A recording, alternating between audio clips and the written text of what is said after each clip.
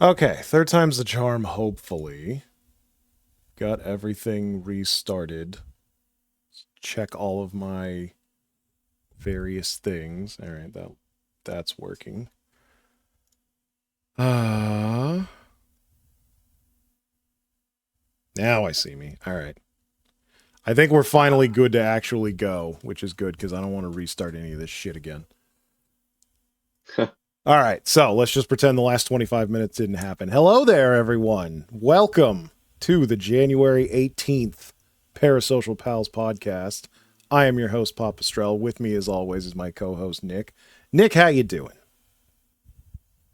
I'm all right. I've just been listening to my friend troubleshoot tech issues for the last 20 minutes. That's so weird. That couldn't possibly have been me. I haven't been troubleshooting fucking bullshit tech for the last 20 minutes.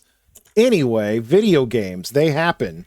Zombies. That'll make sense if you're a time traveler. Ah, Uh, yeah, you were playing Quarantine Break. Is that what it's called? oh yeah, quarantine. It's got like a subtitle that it doesn't say quarantine zone. The last check.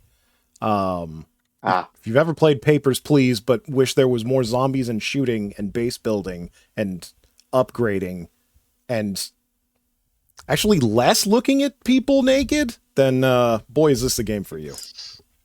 it's the hottest new Unreal asset flip. It sure is. Actually, incredibly well made. All the streamers are playing it though. I won't be streaming it because all the other streamers are streaming it. But it's cool and it's on sale for 10% off. Um, do we want to just get straight to the Star Trek? I think so. All right, let's jump right the fuck into it. What did we watch yesterday? Yesterday we watched The Conscience of the King and The Balance of Terror. The Two balance. pretty good episodes. The Balance of Terror is one. We'll get to it, but that is a name I have heard because I watched Futurama before I watched much Star Trek. Um, and it's referenced in the Star Trek episode. So that was fun to finally be able to put a name to a face, metaphorically speaking. Well, it's so popular that they brought the villainous alien race back in future things. Yeah, I So know, right? Something that so far hasn't really happened, actually. unlike Conscience of the King, where there are several plot elements that seem like they should be important in the future but are not. It, why don't we get into that? Because that's kind of fucking crazy. All right. So I guess we'll start with our short synopsis of Conscience of the King. Our lead characters this time are on the Enterprise, basically just Captain Kirk. Other people show up, but they're not super important to the episode. And our most important guest star is Anton Caridian slash Kodos, the Executioner, an actor who plays a dual role, metaphorically and literally. Now, And then we have his daughter, Lenore Caridian. if What I do you can say? interrupt you for just a moment, if you are like me, you have experienced many things outside of Star Trek, and the name Kodos may be a familiar Simpsons character, which I am now learning absolutely nothing in science fiction ever is original, and they're all just copying Star Trek. The Simpsons writers are big Trekkies. Yeah, it's unsurprising. Anyway, continue. Sorry for the interruption. Uh, we also have Kodos's daughter, Lenore Caridian, and a returning Kevin Riley, uh, the Irishman who was drunkenly singing in The Naked Now or The Naked Time, Naked, whichever one of those. naked now time. Yeah. Oh, and I guess we have Kirk's eye patch doctor friend who shows up very briefly and dies. Yeah, he seemed like he was going to be super important and then dies. Also, quick note, Yeah. Lenore, one of the important characters, is 19. Doesn't look it by anyone's Yes. standards. Then again, Mary was supposed to be prepubescent, so ages don't mean anything in 1978. Let's see. What I'm looking at the actress now, actually, Barbara Anderson. She was born in 1945. What year? It would have been like 1968, right? I want to say yes. Uh, that doesn't have a year immediately. 66. So you said she was born in 40, 45. 45. So would that make her 21? Yeah, that would make her 21. So, wow. Yeah, actually not much older than the character. Yeah. But anyway, to synopsize the episode, we start with a play being watched by Kirk and his doctor friend, who has an eye patch for some reason. Yeah. His friend is kind of white knuckling through the performance because he believes that the lead actor is actually the presumed dead genocidal maniac ToS the Executioner, who, as we learned in the episode, was in charge of a starbase of about 8,000 people. And due to a famine, he kind of decided to kill half of the colony so that the other half might survive. And while he was doing that, he did a little eugenics on the way. A little bit of eugenics on the side as a treat, as one And does. so as we also learned throughout the episode, there were only 9 survivors of that genocide, and Captain Kirk is one of them. Our eye patch friend is one of them, and a lieutenant aboard the Enterprise is one of them, Mr. Kevin Riley. Mr. Kevin Royley. So, Go ahead. sorry, were you saying something else? No, I was just going to say so ToS was a Kirk- governor. It's like Yeah, he was. he was an elected official at the In time charge. and declared martial law, which is how he was able to get Yes. away with this. Really, really prescient stuff, but yeah. Yeah, unfortunately. So Kirk is not entirely convinced that this actor is actually ToS, despite it looking just like him, and he should know that because he's one of the few people who's seen his face. A weird thing we'll get into later. Yeah. But he decides to investigate on behalf of his friend. He goes to a party, like, I guess a rap party for the play, and he ends up meeting Kodos's 19-year-old daughter, or Kodos's alias, Anton Caridian, Yeah. Lenore Caridian, who he proceeds to basically seduce. The children would Kinda. say riz up, but yes. Boy, does he lay it on Yeah. fucking thick. The attraction seems mutual, but yeah, Kirk's like 30, so weird. Yeah. Pretty close to twice her age, I'd say. Yeah, so anyway, they decide to skip the party and go make out somewhere, and on the way they find a dead body, and that dead body happens to be Kirk's doctor friend. Because of this, Kirk decides to pull some strings and make sure that their Uber doesn't show up, so they have no choice but to travel along the Enterprise to their next destination so he can continue to investigate ToS. Look. And by investigate ToS, I mean flirt with his 19-year-old daughter. I know it's a space Uber, but you can't fucking call it a space Uber. And so a couple of assassination attempts happen. A overloaded phaser gets put into Kirk's room. O'Reilly gets mysterious liquid squirted into his milk. Lube. It's And, lubricant. Very specifically lubricant in his milk. Finally, Kirk has had enough and directly confronts Anton Caridian, ToS, on it. And ToS never directly says it was me, but he all but says it was me. Basically. But also you can't prove it. And the episode comes to a head where Riley overhears that Caridian might be ToS, so he goes to the play to assassinate him. And it turns out in that confrontation, Caridian's daughter reveals that she's been the one offing all of the accusers and survivors.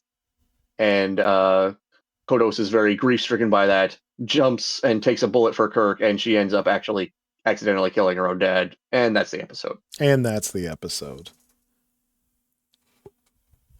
Yeah, so it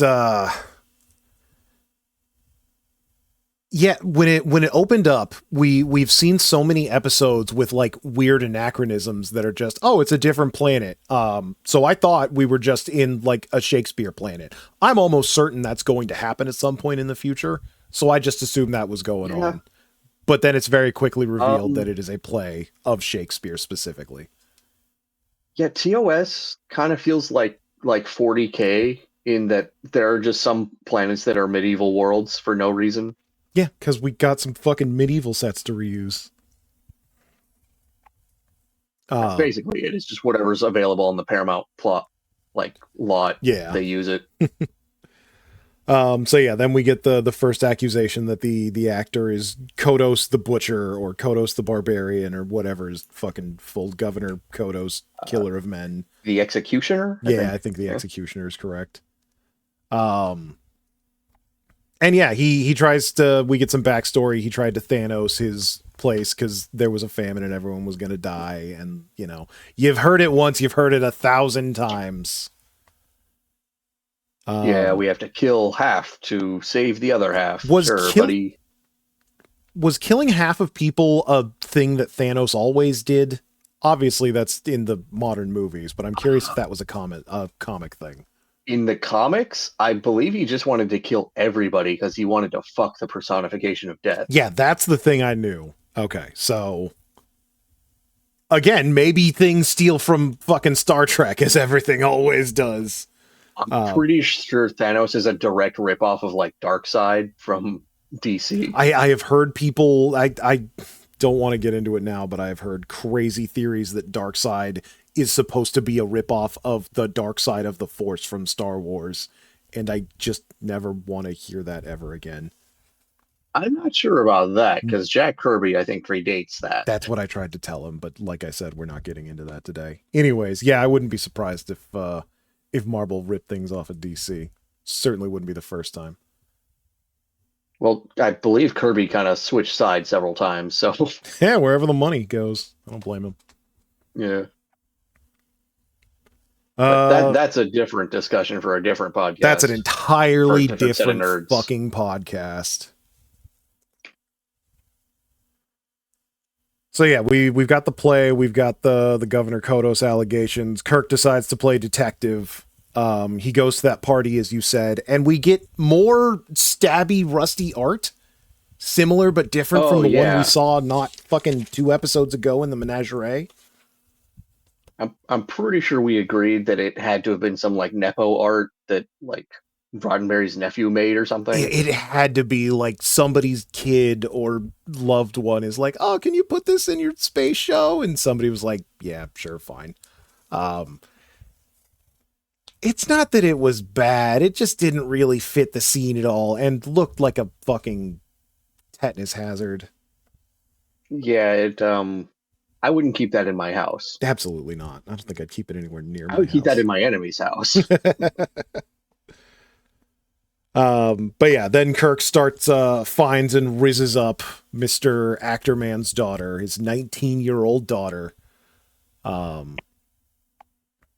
And he's like, hey, you want to get out of here? And she's like, yeah, sure, let's get the fuck out of here. And then they get the fuck out of there. And to be clear, the camera is like super into her. Like Mhm. every scene of her is like the like glamour shot, the like slow-mo, like there she goes as she comes Mhm. down the stairs type shit. All sorts of brightness and fucking bloom and everything. Oh yeah, it's like, this is the hottest woman you've ever seen this week. And several people comment on how hot she is. Yeah. Several people who are like 3 decades older than her. Way like older Spock than is Kirk the only even. one who goes. Spock's the only one who's like, she's 19. Bro, she's 19. Whatever, Spock, it's legal in space. So yeah, they go to make out point, and just before Kirk gets his first HR violation, they find a dead guy who happens to be Dr. fucking Cool Eye Patch. Yeah, I didn't mention it, but like his eye patch made him look like this is a boomer reference, but Kikaider, the fucking Japanese robot man. Yeah, fucking nobody's gonna get that. Yeah, it was interesting, especially because at the beginning of the episode they hid his face so it looked like it was just an eye patch. Like, okay, yeah, whatever. And then it's like, no, it's a full face fucking mask. I got fucked up, but you'll never see it. Yeah. And then he died. Like some real Two-Face Phantom of the Opera shit. Yeah, exactly. But yeah, he turns out to not be a major character, so who cares? Yeah, super not important, except that he's one of the 9 people who know what Kodos looks like. Which, like, did he not save the 4,000 people that he killed 4,000 people to save? Yeah, I guess we also learned that 6 others besides him have been knocked off before this. Yeah, it feels like that was kind of like an afterthought or something, because we'll just kind of get into Kirk starts doing detective work. He looks it up and it says, like, yeah, there are 9 people who know Kodos, and then later on the computer is like, yeah, all those people are dead. But didn't mention that to Kirk. Maybe I misunderstood. Maybe that was just a weird little plot hole. I think whoever wrote this had never seen CSI because it didn't exist yet. I suppose that's understandable in 1966. But Look, Columbo, this show is not. yeah, but the plot holes do increase. So as Kirk is doing his detective work, he goes to the ship's computer and says a bunch of commands, and the computer does all the work. But he asks for a picture of Kodos, the butcher, the conqueror, the barbarian, and the computer has it. The computer, all of Starfleet knows what the fuck this guy looks like. I feel like it would have been better if they had said those records had been expunged or something. So they weren't ever able to give a positive ID. I think it would have been better if it was like a damaged photograph where you could only see half his face or part of his face or something. Just like, this is the best we got, is this fucking, or like a drawing or something. But they just have a full face photograph of Kodos the Executioner. And then Kirk is like, well, okay, well, what about fucking John Actorman? Put his face up. Now put them together. I feel like a more modern production would have put prosthetics on him and said like he had cosmetic surgery or something. Yeah, because like he looks 20 years older. His mustache is a little downturned, but otherwise it's obviously the same fucking guy. Pretty much, yeah.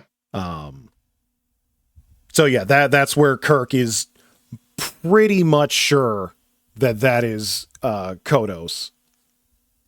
So, oh yeah, another thing to note is that his crimes occurred 20 years ago, which is to say that his 19-year-old daughter happened after he committed those crimes. Yeah, she is almost completely divorced from that. He started his new life right after killing, genociding 4,000 people, and then had a daughter. We don't learn anything about the mother. And decided he'd do what he really wanted. Yeah. The mother is completely unimportant. Yeah. So there's a little bit of... She did seem to have some real daddy issues. Oh, yeah. Yeah, we'll get to that for sure. There's a little bit of space racism, bit of space sexism, typical of the time. Oh, yeah, so like you were saying, he cancels the space Uber and gets the play troupe onto his ship. And Miss 19-year-old, whose name I've already forgotten, she has a new wardrobe literally every time she is on screen. Oh yeah, there's constant costume changes for her because she's like the most favoritist of Gene Roddenberry's, I guess. Oh yeah, and it's not just like a different shirt or a different color dress. It is a whole brand new outfit, completely different color combinations and fucking materials and everything. She looked like, I'm wondering, 3 space peacocks. Was she famous? Was she like a model or something that people wanted to see in those clothes? Maybe. I imagine there's a lot of like people who were famous in the 60s that appeared on this show that I obviously wouldn't know. Wikipedia is saying one of her first TV appearances was that episode. Oh wow. Yeah, she must have known She had not been in much before that. Yeah, there was only like two things she'd done before that. Oh wow, yeah. Just gotten her SAG card. I'm guessing she had to do some favors to get her foot in that door. Probably, as one does in the 1960s. Yeah. But yeah, this particular meeting, it's Kirk and her once again getting all flirty and weird, and she talks about how his ship is throbbing and that got really weird really fast. That might be the most direct innuendo we've heard so I far. think so, yeah. But yeah, that doesn't really have a purpose except to establish their relationship more. Yeah, it gets a little weird later because she accuses Kirk of not ever caring about her, just trying to use her to get to her father. But Mm-hmm. also she tries to kill him, like Yeah, directly. yeah, straight up murder. Probably more than once. So Yeah, so it's at this time I believe that Kirk learns that one of the other survivors of the genocide is Lieutenant O'Reilly, like you mentioned. And he decides to basically demote O'Reilly. He had just left engineering, and he's like, all right, put his ass back in engineering. Spock, being the logical man, is like, why? Kirk's like, shut the fuck up, Vulcan. I didn't ask you. he never really specifies why either, because if this was to protect him, he failed at that. Yeah. So Spock sees Kirk inviting people to the ship, which is not something you're supposed to do, demoting people for no reason, and he starts to get suspicious. So he does his own detective work. And very quickly, like way faster than Kirk, figures out that ToS is probably the fucking actor and everything that Kirk's figured out. So then I don't remember if it's before or after, but Riley is down by himself in engineering while everyone else is having a good time. He calls into the rec room that we've seen previously and says, "Hey, Michelle Nichols, play me a love song." And she does, because I guess it's been a couple weeks since she sang a song. That's her job, to sing songs and be pretty, I Yep. guess. And talk to the computer sometimes. And then while Yeah, and she's have doing that weird that, thing in her ear. yeah, that had to be super uncomfortable. That fucking like giant microphone earpiece. And then while that's happening, some mysterious player poisons Riley's milk. He drinks it. He falls over. He doesn't Poisons die. it with a regular squirt bottle that you can find today in like a grocery store. Oh yeah, the fucking they spray the lube. Sorry, not poison. It's lube into his milk with just a regular spray bottle. I've used those at fucking work back when I worked in fucking food service. I love space. I love 1960s future. Like the sort of spray bottle you would just keep like distill or alcohol in or whatever. Yeah, just like an empty spray bottle Like that you would disinfectant write spray. like, "Hey, this one's for bleach or water or whatever." It not like a branded spray bottle or anything. We've seen that prop several times too. Like all of this futuristic tech, and they have not updated spray bottles at all. Yeah, they don't even try to dress it up. Like they don't put color in or put a shroud. It's just a regular fucking spray bottle. Like whenever they have to drink out of a glass, all of the like wine bottles and carafes are all silly space shapes. All of the wine glasses are stupid looking. Yeah, but we still got regular old spray bottles. Yeah, they've got weird cups. Sometimes they use more modern glasses. But yeah, they do a lot to dress up things as the future, and spray bottles sure as fuck ain't one of them. So yeah, Riley goes to the hospital. He's not dead, but he's poisoned from the lube, which is very common on the ship. It could have been an accident, Jim. Who's to say that he was poisoned with lube? Says Dr. Jackass. McCoy is always there to be wrong. I guess somebody has to be confidently wrong, otherwise you don't have much of a story. Well, McCoy is that one guy who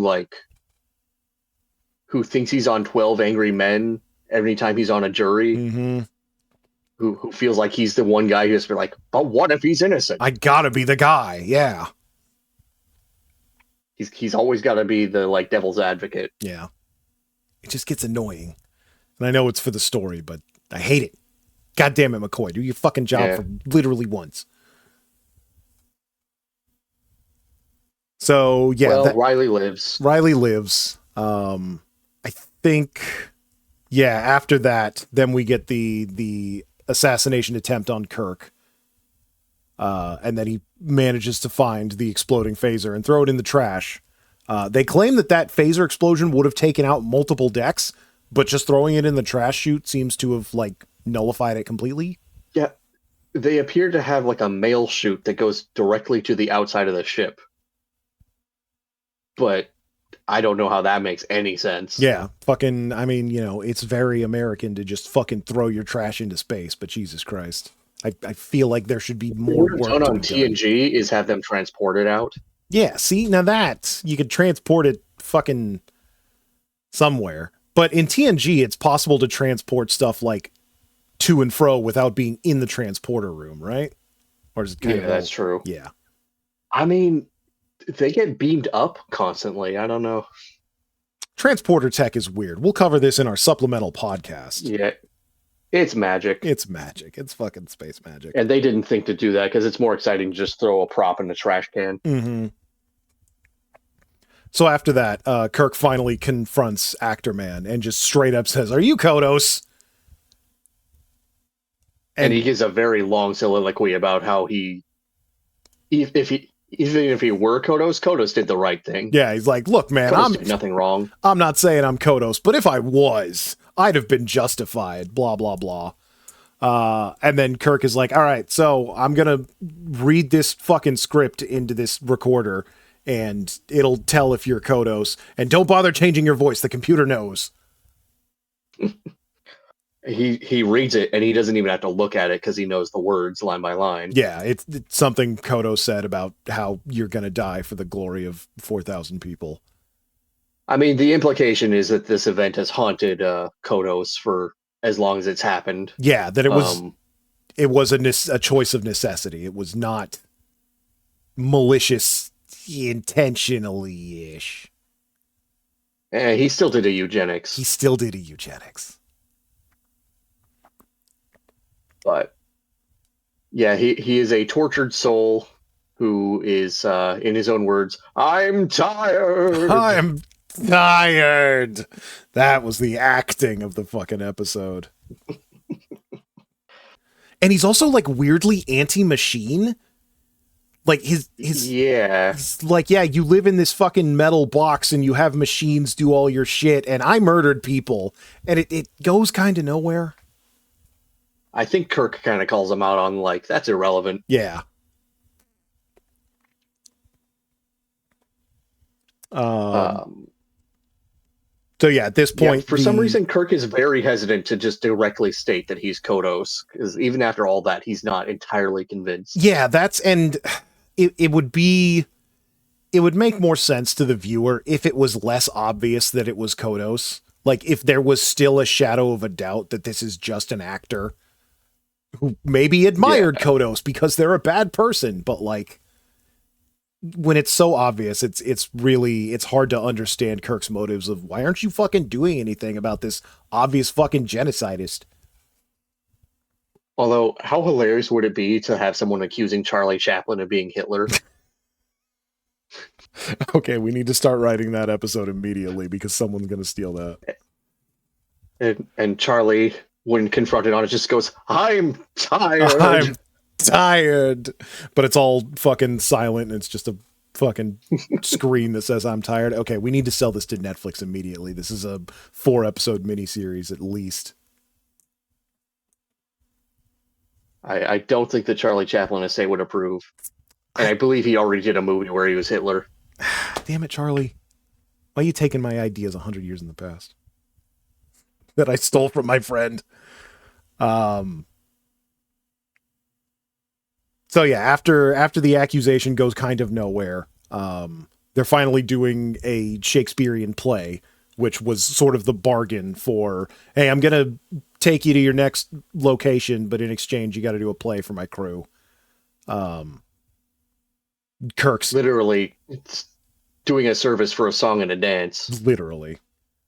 So yeah, then they start the play, and that's the point where you mentioned Riley wakes up from his coma while Bones is just full voiced. "Yeah, I don't know. Whatever you do, don't tell Riley that fucking Actorman is KOTOS." And you'll never guess who overhears that. Yeah, I believe Riley breaks into the weapons locker, Yeah, which, the incredibly easy to burgle weapons locker. apparently so, because what's her name was able to get her hands on a phaser too. At least two of them, I think, actually. Oh no, she stole No, she Riley's at the steals it off a end. guy's belt. Yeah, that's right. Still, Yeah. kind of shows fucking security needs some training. But yeah, Kirk confronts Riley behind the scenes at the play, but Kodos overhears it and it freaks him the fuck out. Yeah. It's like, no, you can't kill him. He might not be Kodos. And Riley's like, I was there. I know it's him, and you know it's him. And then yeah, he overhears, and then daughter overhears, and I think that's when we finally get the confession. Yeah. So, Yeah, she confesses that she killed all of the men who were investigating Kodos. yeah, so the 9 survivors, she killed the previous 7. And she did it to protect her genocide daddy. They were dangerous because they survived genocide. So she needed to protect genocide daddy by doing a little baby genocide. Yeah, and he was extremely upset by this because she was supposed to be the one good thing he ever did. She was supposed to mark the And end. Turns out genocide is a little genetic. It might actually be genetic, as it turns out. Also, we haven't mentioned it, but she has those like Amy's Bakery eyes where she never blinks and is always fully wide-eyed. You know, I never thought about the fact that she doesn't blink until you say that, and now I can't see in my mind a time where she fucking blinked. Like, I don't know, she was always looking at Kirk like she wanted to eat him. Oh yeah, 100%. And you know, considering She always the had like murder, maybe she did. She had a very trained smile. Like it was always the same shape smile. Yeah. Which, you know, maybe that's really good acting. Maybe it's really bad acting. Maybe that's a sign of really good acting, is that you can look like really bad acting. Well, I'll say at the end when her dad dies and she's giving like a full-on Shakespearean soliloquy, it's not good. Yeah, no, unfortunately, it's not.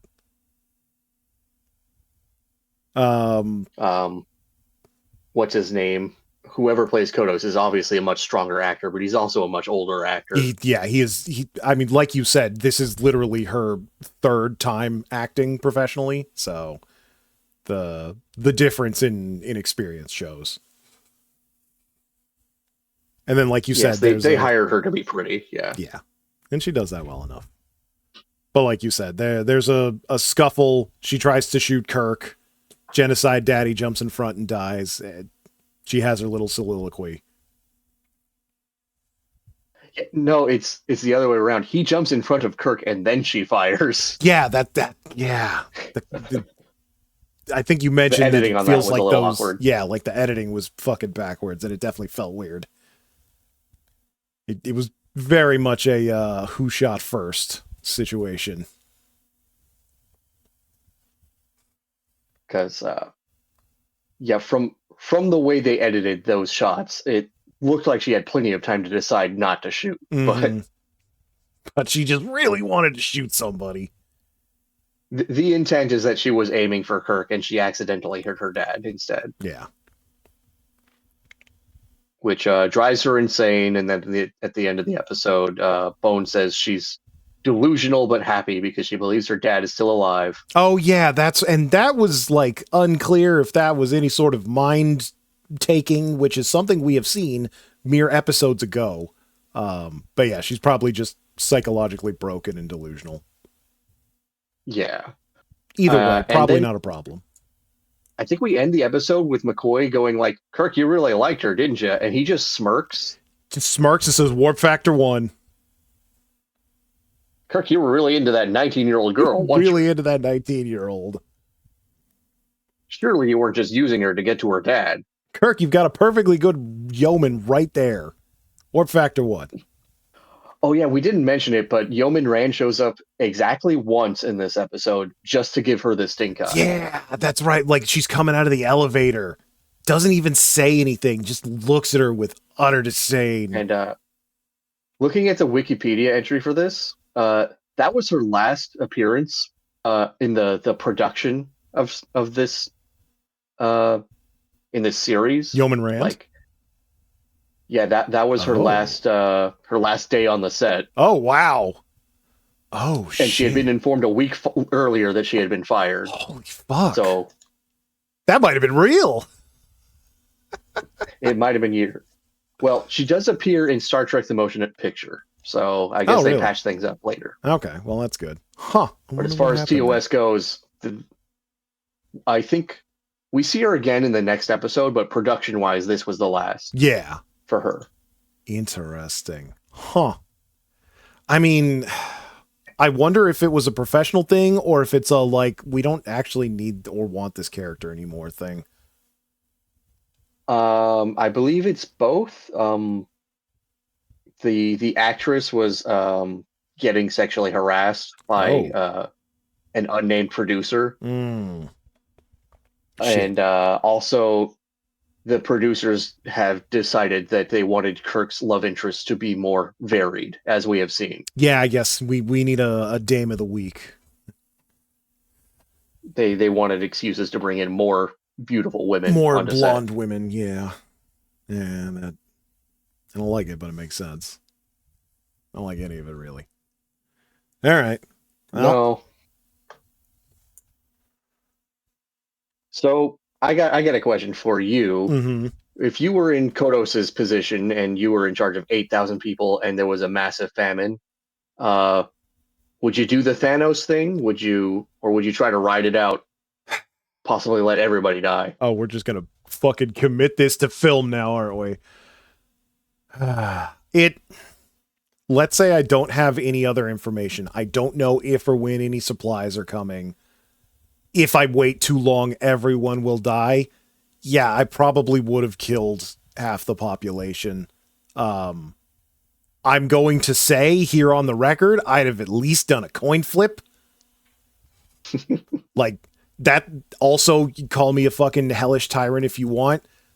Families, couples, nobody gets special treatment. It's 100% coin flip, myself included. Uh, so you're doing it Thanos style, That full on. full on Thanos style. I was thinking about it in the shower this morning. I might I might go the eugenics route a little bit. I'd start with volunteers, and then I'd go to the elderly, and then I'd go to prisoners. Yeah, I could see that. Just kind of whittle it down by what is it, triage style. Yeah, yeah, that makes sense. But obviously that's the wrong pick because Starfleet will just show up like the end of the mist. Yeah. It's like, oops, you didn't actually have to kill all those people, which is a plot point we very much glossed over. Yeah, During the Starfleet showed up like right after he did that. during the Kodos accusation thing. It's like, oh yeah, and then the supply showed up early, but I couldn't have known that. Yeah, he I believe Kodos's line was like, if they hadn't showed up early, I might have been thought of as a hero for saving all those people. Yeah, that's right. Which I don't think is true, but that's his cope. That sure is his cope, his one of many. Just saying, if he had an Infinity Gauntlet, we know what he would have done. Oh, 100%. But Ask for more he's 19-year-old actually worse than daughters. Thanos because he was picking and choosing who lived and died Yeah, he was very much. It was according not to his as, own taste. yeah. It was definitely not a balance, an even split. Um, Anything else philosophical to get into the episode? Um, Daddy issues. Little bit of space racism, but not as much as the next episode.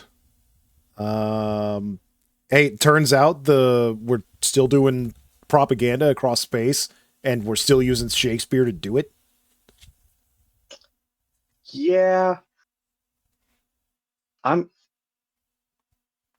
I'm not sure like why people need a traveling space troupe to do plays in front of them, but I guess it's successful enough for them to do it. Yeah, I have a feeling it's a Shen Yun China before communism kind of deal. Actually, yeah, they did say that it was a sponsored troop, didn't they? Yeah, they said it was like cultural exchange sponsored thing. Like it was very much a state paid for thing to spread Earth culture, I assume. Yeah, I guess it is a Shenyun Earth before capitalism. Earth before Starfleet. Um, but yeah, I guess Oh, and I should say that Conscience of the King, the title, is in fact a Shakespeare reference. They were doing Hamlet in this episode. yeah. And I believe They love they Shakespeare. quote that very line like 2 minutes before the episode ends, Yeah, they do title drop. which is where But title drops are supposed to be, either in the first or the last 2 minutes. the Final Fantasy will be yours. I guess we're ready to move on to Balance of Terror. I guess so, yeah. Let's go on to our second episode. So this one, it's actually pretty plot light, but our major cast is Kirk again, Spock. Um, Everyone else kind of makes an appearance. Sulu's definitely there. Uhura's there. Everyone's kind of on the bridge.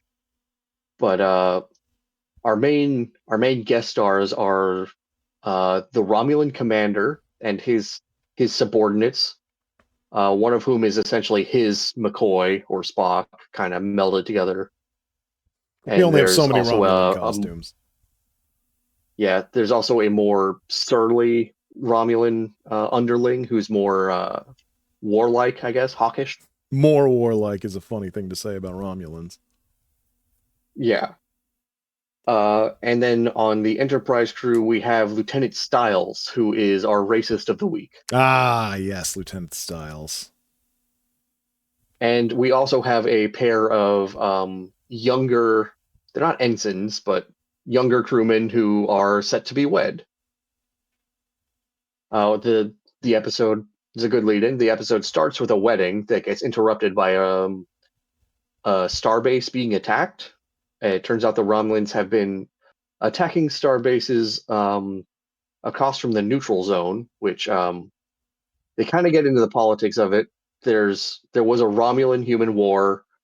At the end of it, they establish a neutral zone between territories, and if anybody crosses into that territory, it's considered an act of war. Mm-hmm. Well, it turns out the Romulans have crossed over the neutral zone and have been attacking our star bases along that border. And Kirk and crew catch them in the act. They catch them as they're destroying a star base and get like a POV video of it. And they kind of decide to give chase to the Romulan bird of prey, which is a little bit difficult for them because the Romulans have a cloaking device, which allows them to turn invisible. And this is not a common thing, at least to Starfleet. So the plot's a bit light because it's basically a war movie at this point. They kind of give it like a cat and mouse chase. They fire back and forth at each other, and by the end of it, Kirk basically has the upper hand on the Romulans. The Romulans give like, we could have been friends if we weren't enemies speech. We're not so different, you and I. You and I are of And a then they die. kind.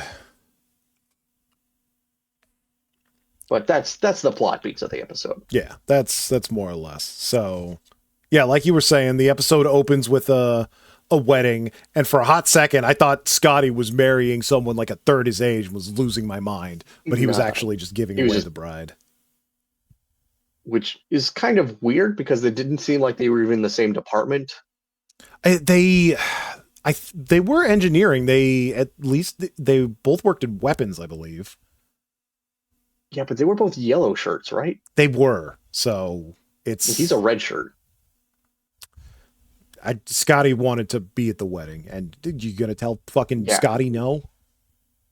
They were giving James Doohan a thing to do because he's not in the rest of the episode, really. He's really not. He gets a radio call once, but that's about it. And also, Kirk goes like, Scotty, and he's like, yes, more engine power, I know. Yeah, Scotty already knows the fucking deal. When I get you on the horn, this bitch better be going 120%.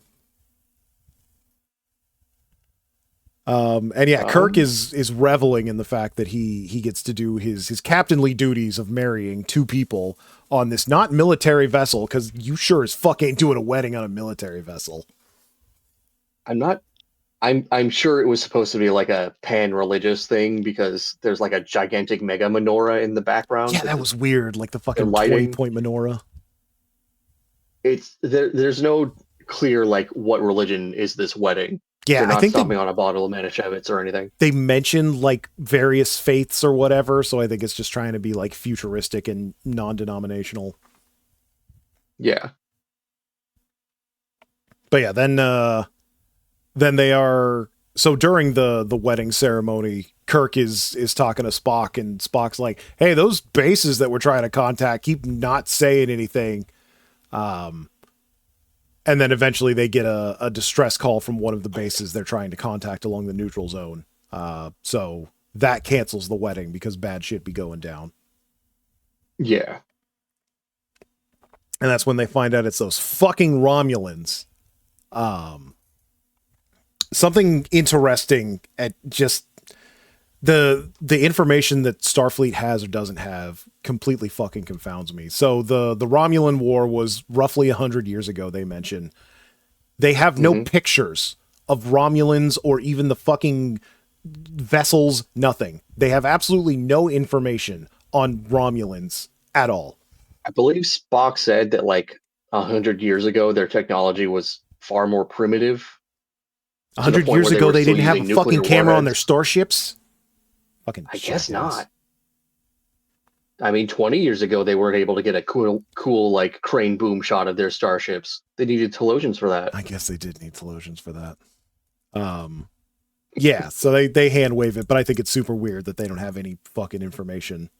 Um, so yeah, they assume it's Romulans, but they can't be sure because they don't know what the fuck Romulans look like. I guess the point is that the Romulans are supposed to be like an inscrutable, unknowable enemy. Indeed, we don't know them, but they know they don't like us, and that's good enough. Um, so yeah, Essentially, yes. they get in contact with the base, and the base is like, yeah, they hit us super hard with some weapon we've never seen before. It basically destroyed us, and the next shot will kill us. And then guess what? They show up, and the next shot kills them.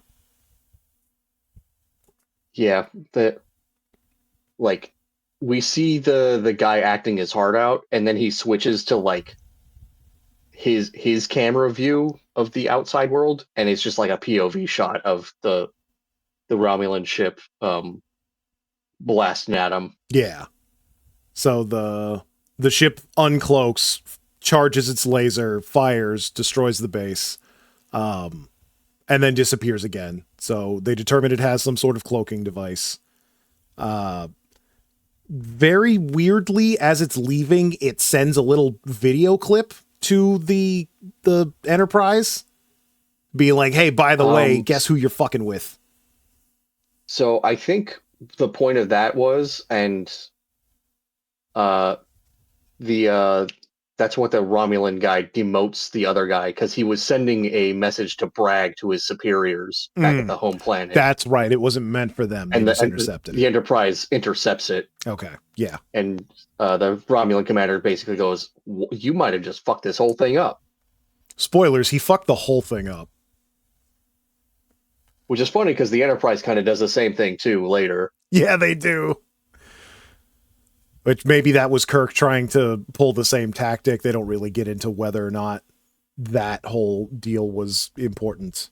But something else that was interesting, and again, everything goes back to Star Trek. They find out and make it very clear that the ship can only cloak or shoot. It can't do both. Probably because it takes so much power. And if you ever played FTL, same shit.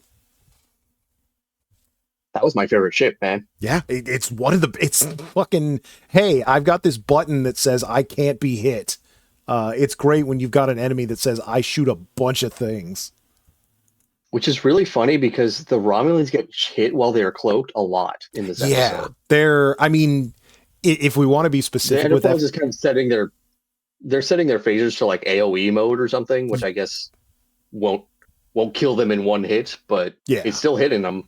it's doing a lot of damage. They had to jettison debris a lot. Debris in a body or two. I will say specifically with FTL, I want to say it's like a 95% dodge chance or something. It's technically not impossible, but yeah, it is. You're basically unhittable while you're stealth, but you can't shoot because it uses so much power to stealth. Yeah.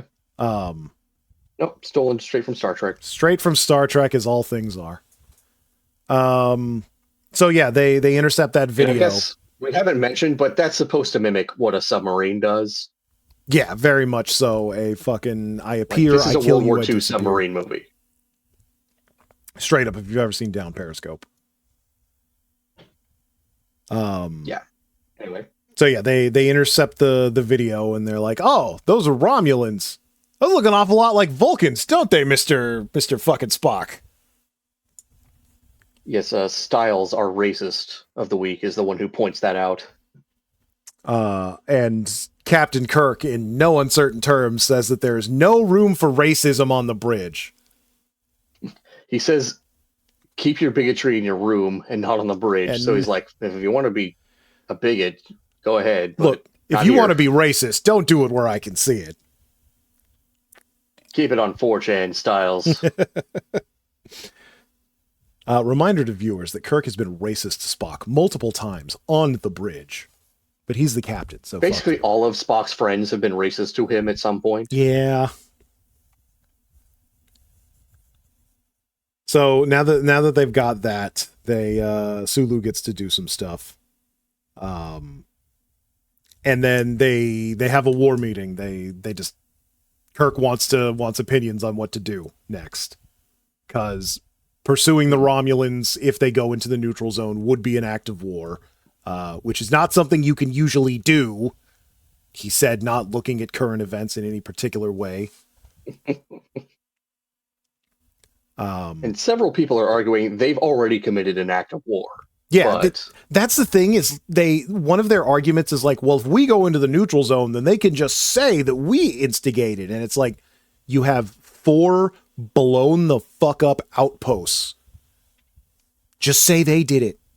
It's true. People will believe you, and it's true. But that never comes up. No, not really. But we kind of learned that Kirk and the Romulan commander kind of really hesitant to start a full-out war between both sides. Yeah. They're both following orders. Yeah, despite being described and self-described as a very warlike race, the commander of the Romulan ship doesn't really want to do this.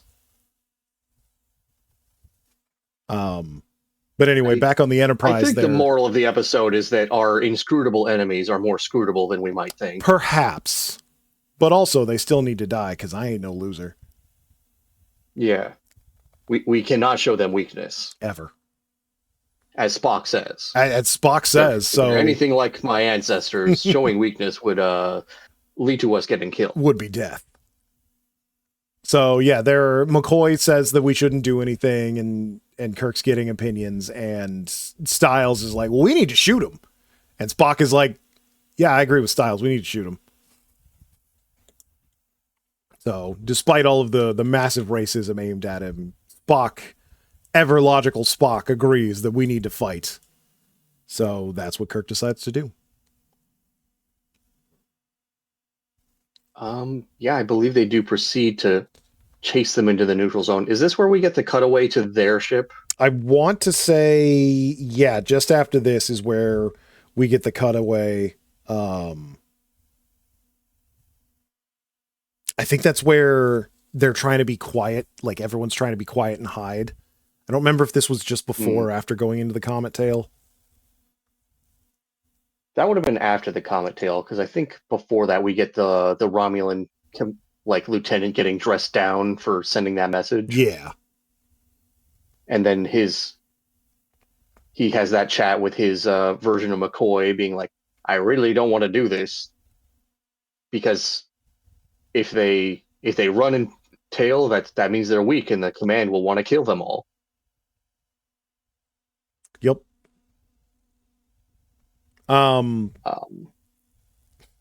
Something else that That old guy on the Romulan ship doesn't die quite yet, does he? That's later. I will Bit say later. it's weird that despite the ship having a cloaking device and being like completely invisible, Sulu's able to track it and follow it just fine and mirror its commands to the point where they're just calling the Enterprise a shadow, a mirror. They don't know if it's real for a little bit. So I think at this point in time, we didn't really have things like radar stealth, like the fucking Black Hawk or whatever Mm-hmm. you want to call that stealth plane. Yeah, stealth So bomber. they were just literally turning invisible, not like sensor invisible, like our Yeah. modern stealth things do. Mm-hmm. But also, they could still be Um, followed just fine when they needed to be. well, that's what I'm saying is they weren't invisible to like radar or sensors; they were just visually invisible. Okay, yeah. Just literally look out the window. There's nothing there, but the space radar says there's a ship there. Okay, I can see that. Which is kind of the opposite of what's helpful in this situation. But Yeah, that's true. It's a lot harder to aim a gun when you I, can't see it. I believe they retcon that in like future Romulan things in like TNG or whatever That definitely would be way less useful. to be a fully invisible ship on both like radars and visually. Because like, why are you looking out a window to see a spaceship? It's like 4,000 miles away. Well, we over the last 100 years we developed these fucking cameras for our spaceships. God damn, we're gonna use them. But there is also the thing where they need to like they needed the Romulans to go into that cloud to get a visual on them because of the particle wake that they would make. Yeah, so I guess the Romulans start going towards a comet's tail, which Kirk is like, oh well, if they do that, then we can see them and we can shoot them, which, and I guess this is supposed to be inferred rather than just said, show don't tell, but like, why would they do that? Why would they do a thing that would reveal themselves? And then it's very quickly And learned that they did it because that was their plan, so they could turn around and shoot. yeah, they laid a trap. Kirk, I think, semi takes the bait. He realizes it's a trap at like the last minute, Mm-hmm. Oh, you know what and then they else shoot actually? back. I don't, so they mentioned, hey, maybe when they're invisible they can't see us either. And I don't know if that was ever Mm. confirmed or not. And I think that was their reasoning for why they would want to go into the comet, is so that they could also see what's behind them. Mm. Um but yeah, That might have been the case. that Yeah. yeah, that it doesn't really come up again, and I don't think is ever confirmed or denied. It's just a speculation on Kirk's part because they don't know what the fuck cloaking tech is. That's new to them. But yeah, Yeah, the so way the episode portrays it is Kirk is always like he's not a full step ahead, but he's like half a step ahead. yeah, he's got an idea. He's Kind trying. of bites it in the ass at like a couple points. Yeah. Um Because I think after the first assault, the Romulan elder dies, and they decide they're gonna make a decoy out of him and the rest of the debris and act like they've been killed, yeah, so I think which that's doesn't last for long. after the comet tail, they get shot at by the Romulans, and Kirk is like, fucking back the fuck up. So they back up, and they learn that this previously like super space station annihilating laser has a fairly short range. So they get hit by it, but they don't Yeah. get destroyed. So Kirk learns that, and he's like, aha, now I got him. So then they go back up, they fire a volley of phasers, and they manage to hit the invisible ship. And that's Yeah, when the bird they, of prey is kind of the like roguish glass cannon of ships. oh yeah, It's 100%. got That they don't, stealth. It's got like really high damage, but can't take a hit. they don't, they don't show them side by side, but it definitely seems like it is a much smaller ship than the Enterprise. They But, said it was like the flagship of the like Romulan command, but I maybe missed they that. just they prefer to be leaner on their ships. Could very well be. Yeah. They're like, you really Well, only get to see they're not the, exploratory vessels, so yeah. You only get to see the bridge of the Romulan ship, but like everybody's crowded around one central computer instead of the Enterprise where they're all along the sides and everybody's got their own station. So I feel like it's implied that it's a much smaller vessel. Well, much like a submarine compared to a ship. Yeah. Yeah. So yeah, that's when they shoot the bird of prey, and then rubble falls down and kills old man Romulan. Yeah. He spends a long time mourning his friend, I guess. Yeah, like he is dead under the rubble, and he's still like mourning the guy, and his crew is like, "Captain, what do we do?" And he's like, "Fucking give me a second. I'm mourning my old man."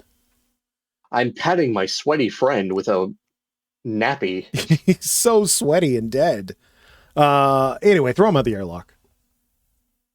Yeah. The jettison's loose weight.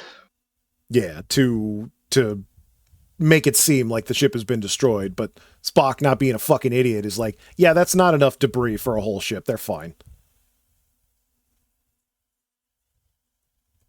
So I think that's when it was earlier, but I think when Kirk shoots them while they're invisible, he's like, he's a sorcerer.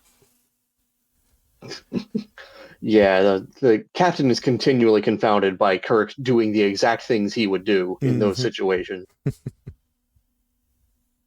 They are twinsies, soulmates in a way. In a way. A real Sonic and Metal Sonic dynamic. Oh, and then that might have been afterwards. I was so gripped by the narrative, I didn't write too many notes, but sometime after that, there's another volley, and then they're like, okay, throw out more debris, but also throw out one of those old school nukes that we got. Yeah, they have nukes for self-detonation to kill themselves with. Yeah, this is the future. Nukes are fucking stupid. But we got them. Yeah, for some reason, Kirk decides to, like, they go, hey, there's a metal capsule in the debris, and Kirk goes, fire! Shoot it! Kill it! Kirk just loves a red barrel. Who doesn't?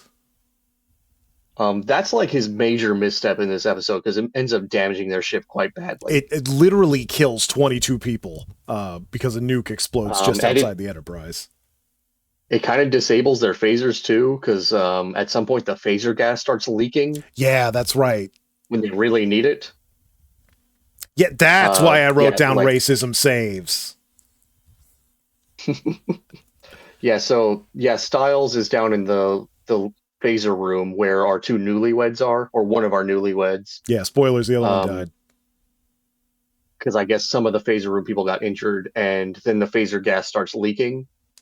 Spock goes down to help them as well, but he gets turned away by Styles because he doesn't need no Klingons. I don't need no fucking knife-eared aliens. Yeah, no knife ears. And then Spock hears the captain over the intercom going, phasers, phasers, I need phasers. Right now, phasers. I told you to shoot. So he runs back in, presses all the buttons, and gets Styles out, but he's not able to get the younger crewman out before he expires. Yeah. He also does fire the phasers. Spock is just the fucking everyman. Yeah. He does it all. He literally does it all. But if he had been in that room, he probably would have died along with them. Mm-hmm. So Styles races tirade. Maybe Vulcans are immune to gas. Yeah, who can fucking say? They sure have weird blood that we never see. You'll see it soon. Oh, good. But yeah, that's the final volley that pretty much destroys the Romulan ship.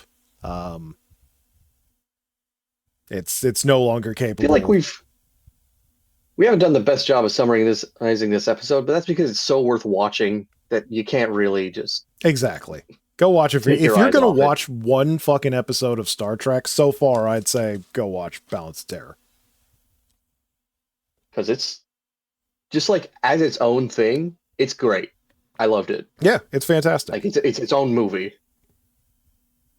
Yeah, I guess we can finish it off and then we can go to the our rankings. But yeah, Kirk gets contacted by the Romulan captain, pretty much the last guy on the ship. Yeah, he offers to beam up the survivors, but the captain refuses. That's Yeah, not our it's way. like, no, that's not our way. And then he delivers the line that I realized was taken word for word in Futurama. You and I are of a kind.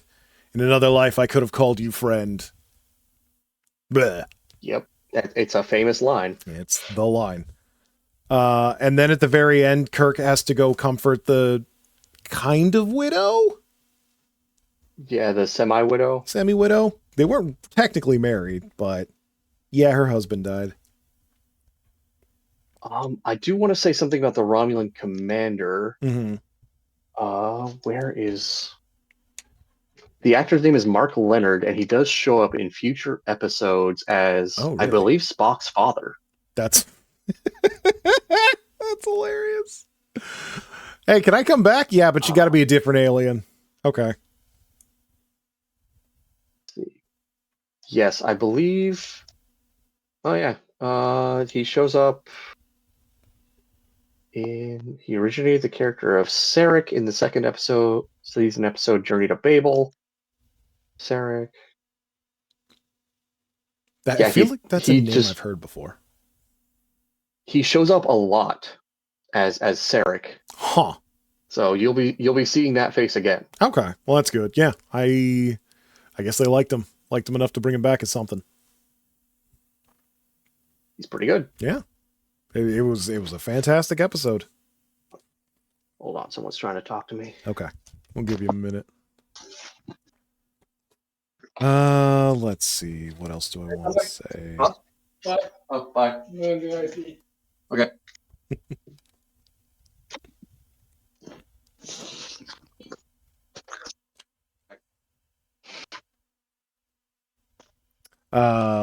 Let's see. Yeah, the FTL thing that was interesting to see. I guess, you could say it's just regular game design of, hey, we got this basically super awesome defensive thing. You can't also attack, but first thing I thought of when I saw it was FTL. So everything leads back to Star Trek. Sulu shows up in the episode. He does some things. He has some lines. It's not as much Sulu in Star Trek as I was led to believe before. I thought he was more of a major character, and maybe he ends up being more We're important. gonna get he. I think he gets more to do as the show goes on, but yeah, pretty much Spock, Kirk, and McCoy kind of steal the show every episode. Yeah, this is definitely the Kirk and Spock and occasionally McCoy show. So, just one of those weird things as a future Star Trek outsider. But we will be getting Sulu next week. Oh, good. Oh, good. Yeah. Anything else, or go to the ratings? I mean, I think like philosophically, what this episode is about is it's based on like a World War II Nazi U-boat, but it's really more a story about like communism, Mm-hmm. our communist enemies across the line, and what Yeah. we would do if we had to break out into a Cold War, and how our enemies aren't so different from us. Maybe we're all just following orders. And this kind of thing has probably happened more than once Oh in yeah. reality. Yeah. Fucking undocumented. There's my I forget the name of the ship. I want to say it was the Scorpion. My grandfather was on a submarine, and he wasn't there at the time, but sometime after he left, that submarine like disappeared and has never been found, and nobody knows what the fuck happened. So everyone's pretty sure it was like a secret Russian attack that nobody wants to talk about or verify. So yeah, that very easily could have happened to my grandfather. It's something that had kind of tormented him for quite a while, just survivor's guilt, basically. Just unexplained, huh? Yeah, I forget, there's a whole book about it that I should probably borrow from my father and read, but there's no official word from America or Russia as to what the hell happened to that submarine. Well, I guess it's been long enough that it would be fine to say, but I I know don't you know. would think, right? But as far as I understand, there's still not been any information. Well, that sucks. Yeah, there's my little family history for you. Oh, they're going to dox you now. Yeah, they'll figure it out. Yeah, let them. But I guess we can move on to ranking. Yes, ranking. So, Conscience of the King. I The king. I think I definitely like it better than Man Trap.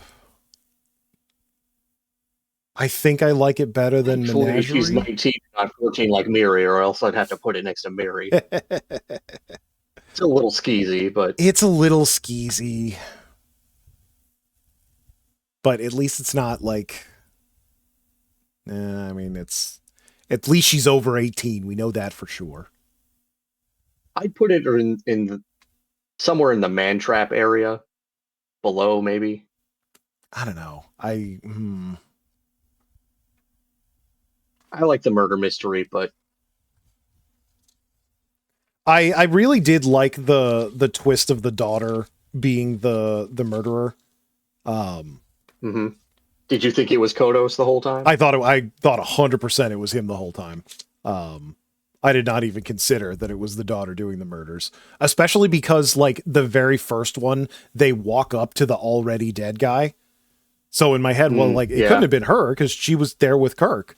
I guess she could have killed him beforehand and dumped his body out there, but I think it was a very well set So up she was mystery. pretty sloppy the whole time, but yeah. The only reason she got away with it because no one would think a 19-year-old would murder a man. Yeah, exactly. 19-year-old actress. Mm-hmm. And I guess in a way that's kind of damning because that leads people to investigate her father and find out that he's this murderer, so they would assume it's him, which is kind of the opposite of what she wanted. But She's not smart. she's also not smart. But hmm.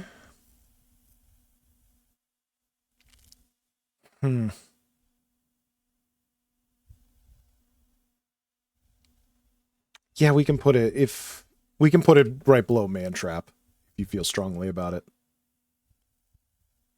I don't feel that strongly about it, but where do you think it belongs? I think it belongs either above or below Man Trap. I'd say below then. Okay, we'll do below.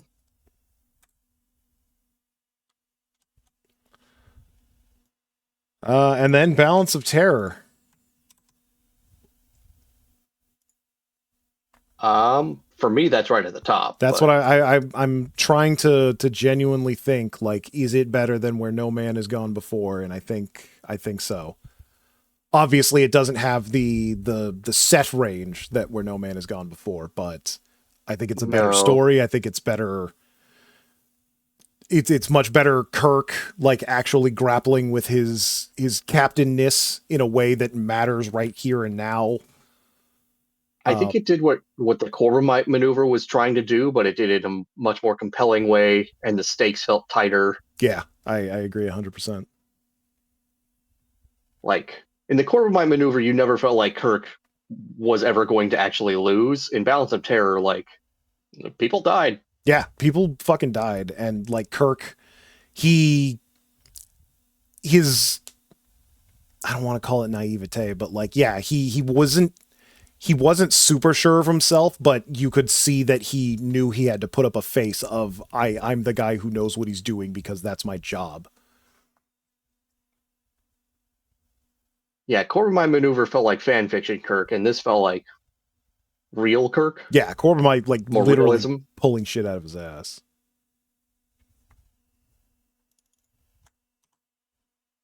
And as we said, we were both pretty gripped while watching it. Yeah.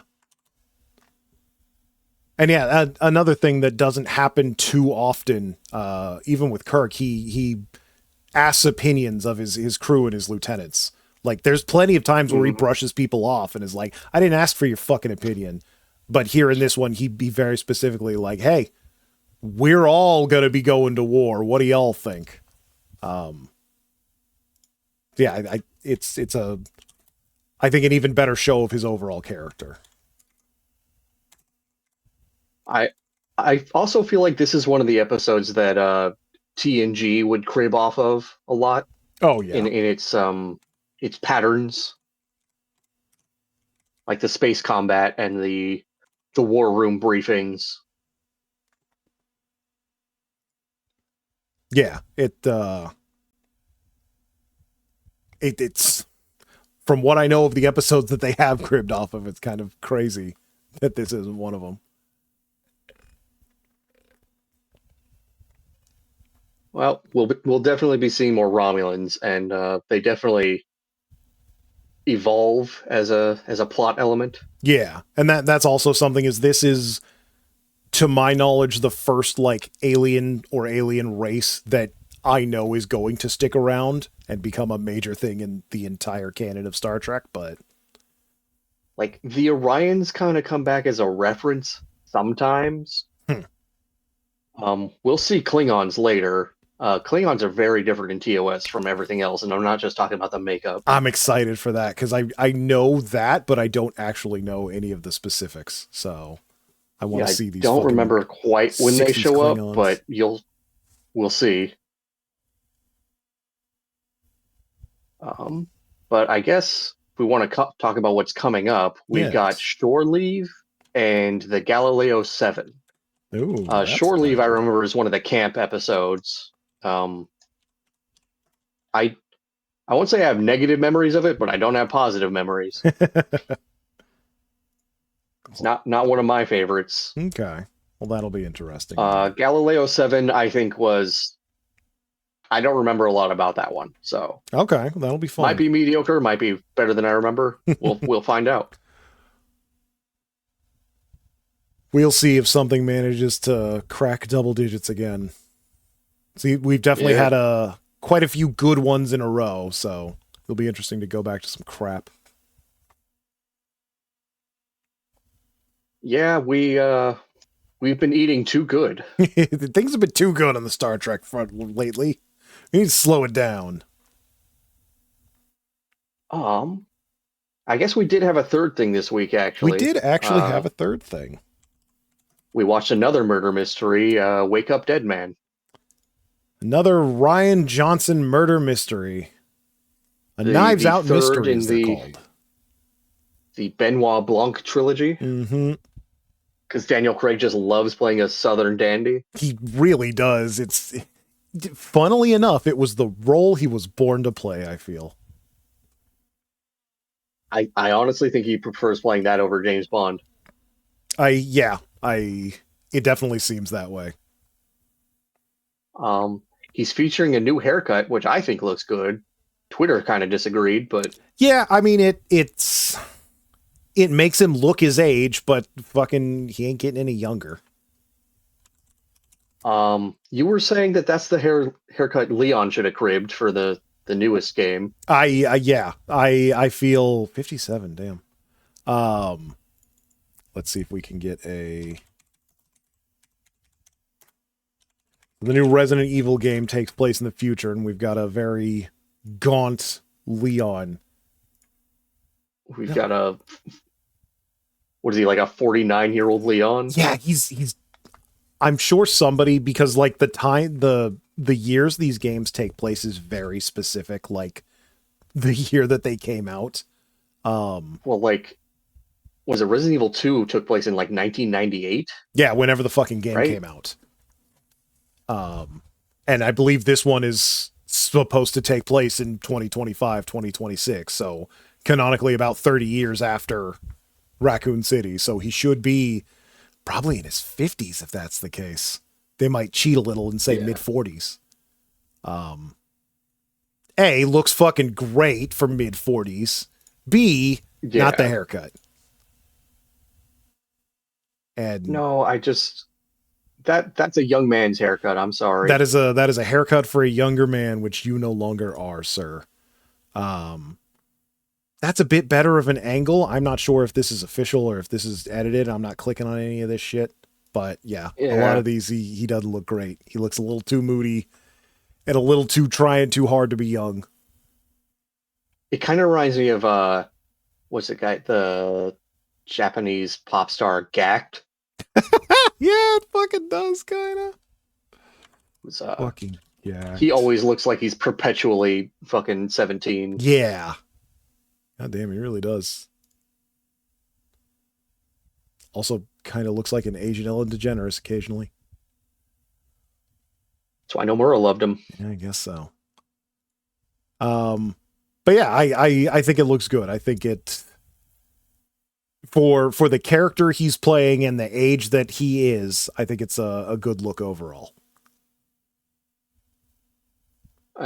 I guess that's not the most important part of the movie. I suppose we need to you talk do about spend a lot something of other time than looking at Daniel that Craig's man. haircut.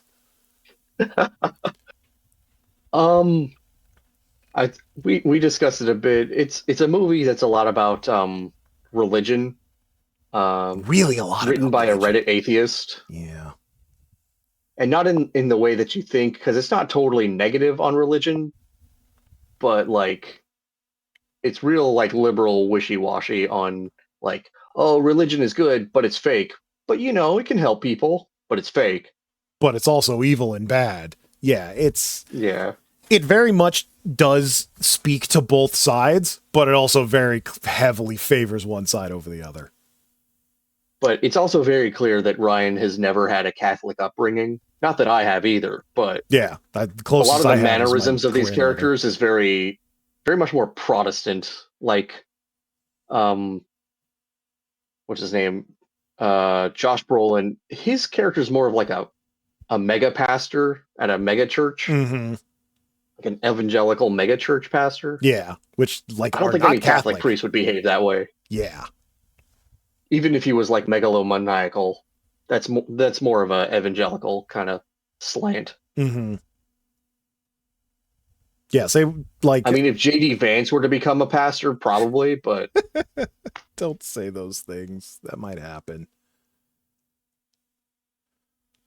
I'm pretty sure the Pope is like this close to excommunicating JD Vance. That'd be really funny. I would love to see that. I would love to see that in my lifetime. But yeah, we're not gonna like fully summarize the movie, but it's basically about a priest who's been accused of murder and a fake resurrection. Yeah, it's very godly, very priesty. There people die. There's a mystery. Daniel Craig solves it. Go watch it. It's on Netflix. If you don't have Netflix, I'm sure you can find it somewhere else. I liked it better than Glass Onion. I definitely liked it better than Glass Onion. Like as a mystery, I just felt it was stronger. It was. Glass Onion Glass Onion has that weird thing where halfway through the movie it's like, "Hey, here's a bunch of shit we never told you before, so kind of go fuck yourself." This movie doesn't really do that. Glass Onion was a movie that was entirely set up for you to cheer at the destruction of the Mona Lisa. Yeah, that Like probably that was Ryan Johnson's entire goal, is to like set up a contrived set of circumstances so that the audience would cheer seeing the Mona Lisa burning. It made me sad. I really like the Mona Lisa, but now I can't like the Mona Lisa anymore, or else I get compared to Glass Onion, and that's worse. I think there's more Mona Lisa stands out there than Glass Onion. Probably, but still. Da Vinci? It's also like it very much feels like it was written to be a book and then sort of adapted into a screenplay. Maybe. I won't get too into it, but there's some weird scenes in there that like this feels like it would have hit better if I was reading it rather than watching it. But yeah, Not overall, sure which ones you're talking about, but I'll get into it off the podcast. I don't want to spoil too much. Okay.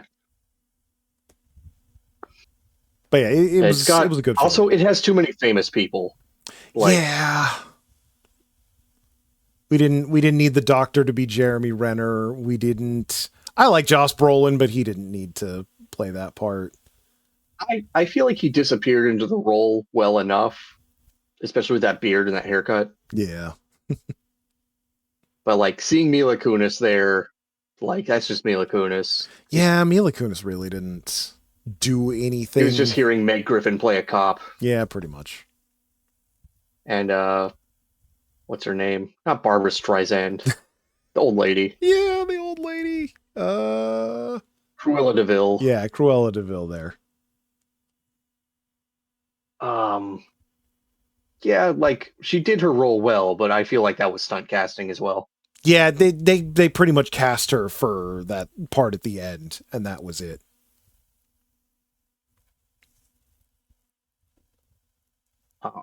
I think the priest is a relatively new actor. I haven't seen him in anything else. He doesn't. He was fine. Yeah, he was perfectly fine.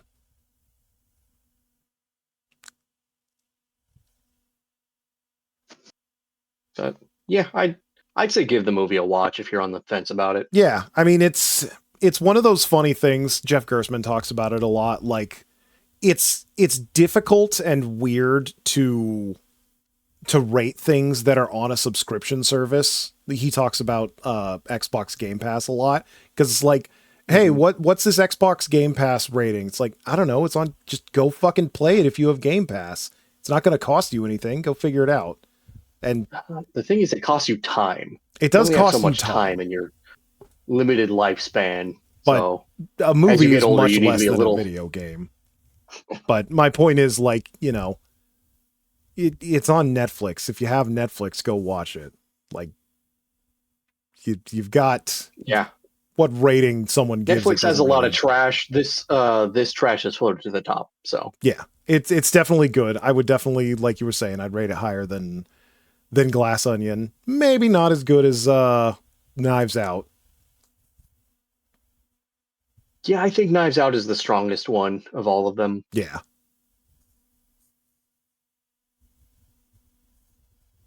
So how are we tying it back to the best Benoit Blanc story is the Sesame Street one. So yeah.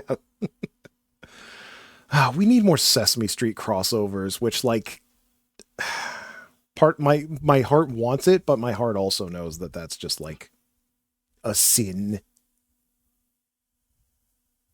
And I guess our through line is what is it, Irish war crimes? Yeah, fucking Irish war crimes. They're everywhere. If you're gonna do war crimes, try not to be Irish or try not to involve yourself with the Irish. One of the two.